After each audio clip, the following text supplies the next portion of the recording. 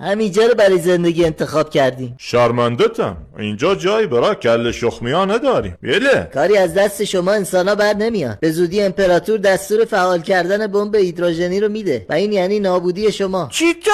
یا سلطان ابراهیم، الان امپراتورتون کجا؟ بیشتر از این نمیتونم جواب بدم. انرژیم داره تموم میشه. نیاز به غذا دارم. کوچلی قربون دستت کاکو. یه دکه فلافل پایین همین کوه هست. با تراکتور برو یه شامی بوسون بیا. برا من نگیر سیرم. باشم راحتم.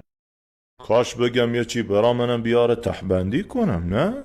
کوچلی برا من فقط 3 تا ساندویچ فلافل دونون، 4 تا سمبوسه پیتزایی، 2 تا هم سمبوسه هندی بگیر با نوشابه سیاه. همین، دمت گرم. باشه براره. کاکو خیلی کم غذا نمیخوری؟ نگرانتم ها. والا ذهنم درگیر دکتر، کارا مهمتری داری میدونی؟ همه چیز شکم نیست. ها کاکو شما ثابت شده هستی.